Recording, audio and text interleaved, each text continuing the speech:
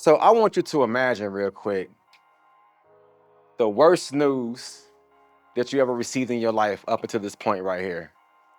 And that moment when you receive the worst news of your life, I want you to imagine like how it made you feel. So here I am, July the 15th, 2024. I'm at home in my studio working on some music and stuff. And I get a phone call. Hello? Dewayne? Yeah, this is Dewayne. What's up, Miss Rebecca? Have you heard the news? I'm like, no. Have you talked to anybody from the church? I'm like, no. So I'm thinking she's talking about a fundraising project or something else that we was doing with our nonprofit. And she's like, so you haven't heard the news yet? I'm like, no, what news? She says, Father Norman Fisher passed away in his sleep last night from a heart attack. My best friend, y'all. So as I'm on the phone with her, another phone call is coming in. Dewayne? I'm like, yeah, this is Dewayne. Did you hear about the news? I'm like, yes, I just heard. Hung up with this guy. Another phone call came in. Yo, this is Dewayne? I'm yeah, this is Dewayne. You hear the news? Yes, I just heard the news. And by this time, I'm sitting on my steps and I'm filled with all of these mixed emotions. Like my best friend, y'all, of 14 years, here one day, gone the next. And I was just talking to him 12 hours earlier on Instagram Messenger. You know, we talking about life, we talking about travel, you know, we talking about our plans. And we had plans that things that we were gonna do together in the coming years. And I never would have thought that my best friend of 14 years would be gone like this soon.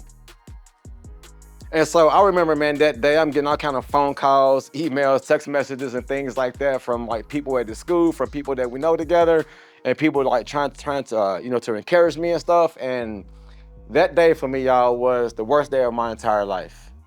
I've been through some hell before, to which I'm gonna tell you in a minute, but nothing compares to like losing your best friend of 14 years. And so that day, it's like my mind is in this fog. Like, I don't know what to do. Like I'm crying. Like I really want to punch down a tree for real. So I'm trying to figure out what to do with all this stuff that's in me that's surged back up, right? And so that night, like I got so dizzy. I was so dizzy that I couldn't even lay down. And so now I got all this pain in my chest, all this pain that's shooting up and down my arm. So I get up and I go to the ER because I thought I was about to have a heart attack, y'all. So I go to the ER, they draw my blood, they check my vitals, and they was like, bro, you good, it's just the grief. And I encountered grief before. And man, I lost people in the past. You know, my grandfather died of cancer back in 2017. Another friend of mine died of cancer back in 2017. My pastor's wife died of cancer back in 2014. So I've lost people, but those things I was able to prepare for.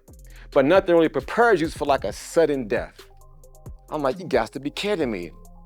So like the next 2 weeks, man, it's like I'm crying like every hour, going to events, like doing video stuff. And I'm crying and just trying to bring myself together. And I would have like these mental breakdowns, man, just like uncontrollable tears that I couldn't even control. And so 2 weeks later, man, we had this funeral. So imagine you carrying the casket of your best friend with 5 other people, knowing there's nothing you can do to bring him back.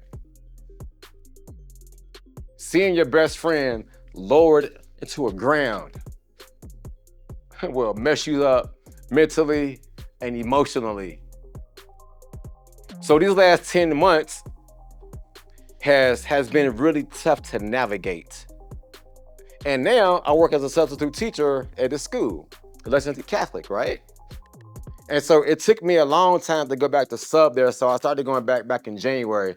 And just to be in that school, seeing his pictures everywhere, like seeing his quotes everywhere, like it hurts, even like till this day.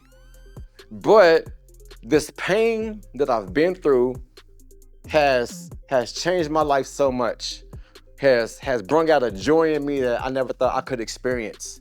Yes, I still miss my friend. I still miss the late night conversations, the phone calls, the texts, like the movies, the video games.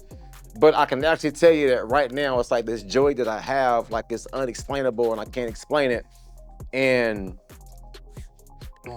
this is why you have to be careful about the conversations that you have with people, because you never know when that's gonna be your last conversation with that person. Now, what if 12 hours earlier, me and Norman, we got into an argument and we fussing over dumb stuff. And he passed away, and our last conversation was an argument over something dumb. Like, that would have tore me up even more. And I know sometimes you get in arguments with your siblings, with your parents, with your uncles, with your aunties, with your friends, and y'all say horrible things to each other, like, it's like this verbal battle, man. But what if I told you that you don't have to do that? Like, there's a peaceful way to talk to people without fussing, without arguing, and without throwing insults at each other.